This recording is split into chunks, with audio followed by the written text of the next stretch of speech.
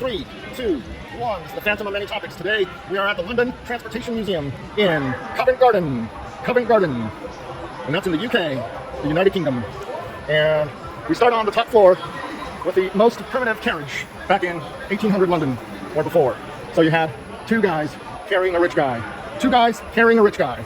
And then in 1829, you had this kind of rich person stagecoach. Rich person stagecoach called an omnibus, and it was called Paddington to Bank, Islington, Summertown, Diorama Regent's Park. And these were, of course, carried by a stagecoach and a horse. And here's a model of that right over here, introducing the omnibus. And you can read, pause and read if you feel like it. His name was George Shillybare. Shillybare. And you can look it up on Wikipedia if you want. And that was the pathway. Look at how small London was back then. Hardly anything. Okay, so hackney carriages take their name from the French word hackney, meaning a horse available for hire. And then there was actually a town called Hackney later on. Okay, over here, we have the ranks of the horse buses. And we have some more model. And then over here, the horse bus driver, cast iron Billy, Thomas Tilling, Peckham, Oxford Street. Nice board type. That's there, and I'll pull back. I can't pull back too much. No, pull back.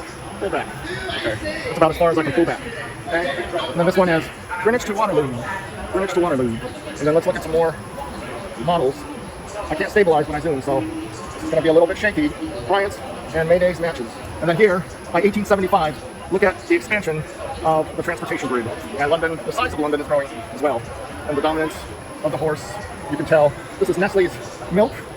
Nestle's company was originally a milk company, I guess, not just chocolate.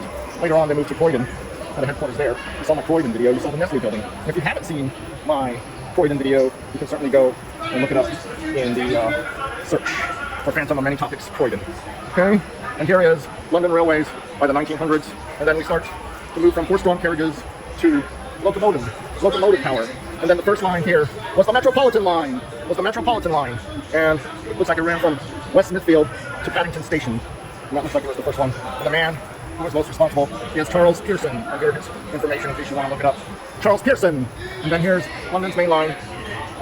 Okay, there's still a lot of these in existence. Paddington, Victoria, Charing Cross, Waterloo, King's Cross, Pancras, Euston, Holborn, Cannon Street, Liverpool Street. I don't think Fenchurch is around, but London Bridge, of course, Blackfriars. So, and then over here, you have locomotion. Locomotion was the first way that London passengers were ferried. Here's another map. And then there was also a different kind of ferry across the Thames River. The most ancient highways was by boat. And you can ferry across the river much faster. You can do it in a horse carriage or in a locomotive. And here was that. And then you got all the singing. And then the Thames was really smelly back then. There was often cholera epidemic. And so forth. Okay.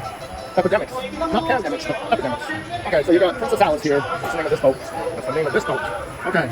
And then this is a Thames Tunnel peep show. And well, peep show meaning like, not like dirty peep show, but you can look at both sides and then look inside and then peep down and then there's a story. So peep show had a different meaning back then.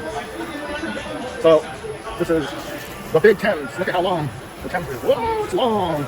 Thames is long. Okay. The terrible accident on the Thames. Many people died. And then here's reshaping the river, 1895. And look at all the bridges by 1895. A lot of them by then. Okay, so we're gonna head downstairs.